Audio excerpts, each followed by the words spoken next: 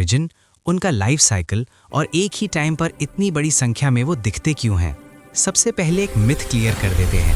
Frogs अचानक पैदा नहीं होते और ना ही वो बारिश के साथ गिरते हैं। साइंस के मुताबिक हर फ्रॉग का एक कंप्लीट लाइफ साइकिल होता है। फ्रॉग की लाइफ शुरू होती है एक छोटे से अंडे से। ये अंडे आमतौर पर पॉन्ड, नाला, तालाब या पानी भरे छोटे गड्ढों में होते हैं, जो नॉर्मली हमें दिखाई नहीं देते। फ्रॉग का लाइफ साइकिल होता है 4 स्टेजेस का।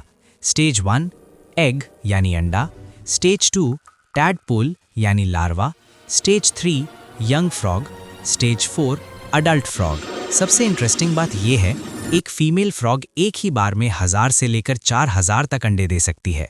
इसलिए जब एनवायरनमेंट सही होता है तो बहुत सारे फ्रॉग्स एक साथ मैच्योर हो जाते हैं। अब बात करते हैं सबसे बड़े रीज़न की, बारिश यानी रेनी सीजन। बारिश के टाइम पर ज़मीन गीली हो जाती है, जगह जगह पानी जमा हो जाता है और टेम्परेचर थोड़ा ठंडा हो जाता है। ये सारी कंडीशंस फ्रॉग्स के लिए परफेक्ट एनवायरनमेंट बनाती हैं। इसी टाइम पर टैडपोल्स फ्रॉग्स में बदल जाते हैं। अडल्ट फ्रॉग्स ब्रीडिंग के लिए बाहर निकलते हैं और इंसेक्ट्स भी ज़्यादा मिलते हैं। इसलिए हमें लगता है कि फ्रॉग्स अचानक आ गए हैं। फ्रॉग्स पहले कहाँ छुपे रहते हैं? फ्रॉग्स आमतौर पर मिट्टी के अंदर, पत्तों के नीचे, नालियों के पास, खेत और घास के बीच छुपे रहते हैं। ड्राई सीजन के दौरान वो ज़्यादा एक्टिव नहीं होते। इस कंडीशन को साइंस में कहते हैं एस्टिवेशन या कभी कभी हाइबरनेशन।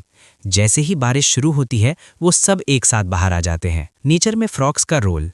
फ्रॉग्स सिर्फ आवाज़ नहीं करते, वो नेचर के लिए बहुत इंपॉर्टेंट होते हैं। वो इंसेक्ट्स और मस्कीटोज़ को कंट्रोल करते हैं, बीमारियों के स्प्रेड को कम करते हैं और एनवायरनमेंट की हेल्थ का इंडिकेटर होते हैं।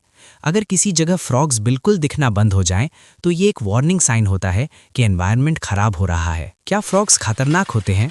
ज़्यादातर फ्रॉग्स बिल्कुल हार्मलेस होते हैं। वो ह्यूमंस पर अटैक नहीं करते, वो काटते नहीं हैं।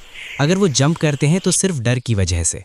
इसलिए उन्हें परेशान ना करें, बस उन्हें अपना काम करने दें। तो अब आप समझ गए होंगे, फ्रॉग्स अचानक पैदा नहीं होते, वो बारिश से नहीं गिरते, वो पहले से ही हमारे आसपास मौजूद होते हैं। बारिश सिर्फ उन्हें हमारे सामने ले आती है। नेचर हर चीज़ के लिए एक परफेक्ट सिस्टम बनाता है, हमें बस उसे समझने की ज़रूरत होती है।